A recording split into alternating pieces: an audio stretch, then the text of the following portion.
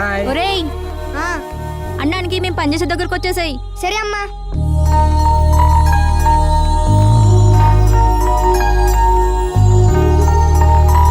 అమ్మా రా నాన్న అన్నం తిందు గాని. ఉమ్.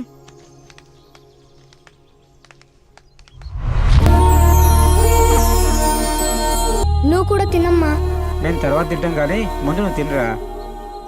రేయ్ నువ్వు బాగా చదువుకున్నా అన్న. వచ్చే సంవత్సరం నాన్న నిన్ను కాన్వెంట్లో జాయిన్ చేస్తాడంట.